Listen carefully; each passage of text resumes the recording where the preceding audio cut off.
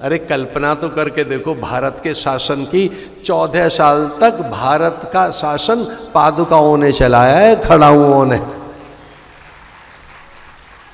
ये हम लोग पादुका स्तोत्र बोलते हैं ना, मैं तो रोज ही बोलता हूँ। पादुका मंत्रों के बिना तो साधन हो नहीं सकता हम लोगों का। हमारे पादुका मंत्र ही तो हैं, हमारे साधन को अग्रेसित करते हैं। अस्मदाचार्य पर्यंताम पादुका मंत्र है। जंगल में अकेला रहकर और पादुकाओं को स्थापित कर दिया भरत ने। केवल एक व्यक्ति बोलता रहा 14 साल तक, और उसका नाम था शत्रुघ्न, अन्यथा किसी से बोले नहीं वो। राज का चलता रहा। किसने चलाया?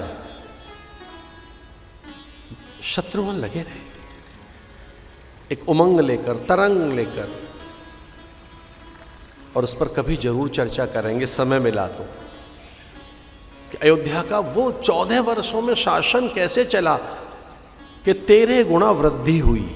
13 गुना। आप जानते हो टैक्सेशन क्या होता है? टैक्सेशन, ये जो कर प्रणाली है, इसे क्या कहेंगे? अयोध्या से सीखो कर प्रणाली। ये भरत से सीखिए कि भरत के समय में कर प्रणाली क्या थी। जैसे कल्पना करो कि मधुमक्खियां जाएं, तितलियां, भ्रमर फूलों के पास।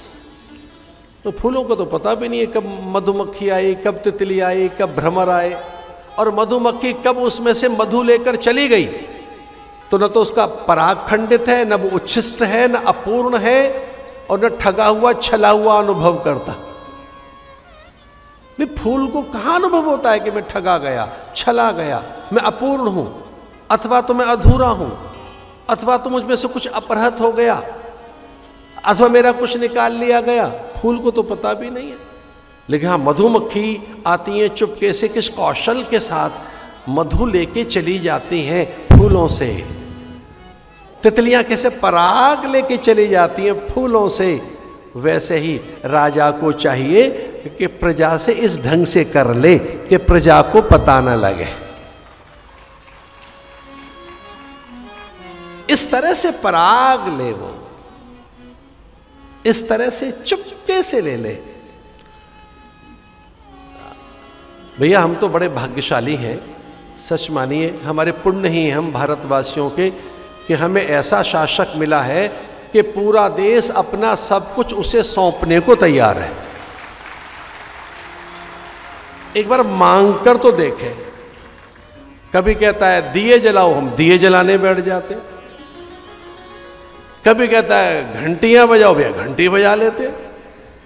कभी कहता है ना ना ना थाली बजाओ, भैया थाली बजा लेते। कभी कहता है दीप जलाओ, थाली बजाओ। कभी कहता है कि आओ सैनिकों का सम्मान करें। क्या कौतुक है साहब। एक दिन कह रहे थे कि चिकित्सकों को सम्मान करो, देवदूत हैं, इन पे फूल बरसाओ। सैनिकों पर कमाल है साहब। हमारा शासक तो दीपावली पे सब अपने घर में, और वो सियाचिन, सारचू या गलवान की बर्फ के बीच में सैनिकों के साथ।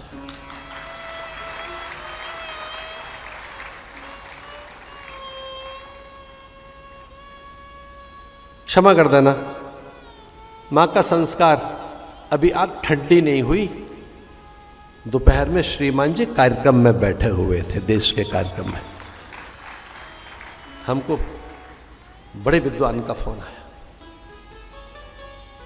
बोले महाराज थोड़ी बहुत आपकी उठक बैठक है, एक बात पूछनी थी। भाई क्या पूछनी है? बोले सूतक लगा हुआ है राजा को। हम पर तो गुरुदेव की बड़ी कृपा है। अब थोड़ा बहुत तो कहीं हमने पन्ने पलटे तो हैं थोड़े बहुत शास्त्रों का, अब उतना तो ज्ञान नहीं है। अब कुछ तो पन्ने पलटे ही गए होंगे उनके आदेश से। हमने 4 उदाहरण बता दिए उनको। राजा, यति, कुमारी कन्या, गर्भवती स्त्री, रोगी और अग्निहोत्र को सूतक नहीं लगता।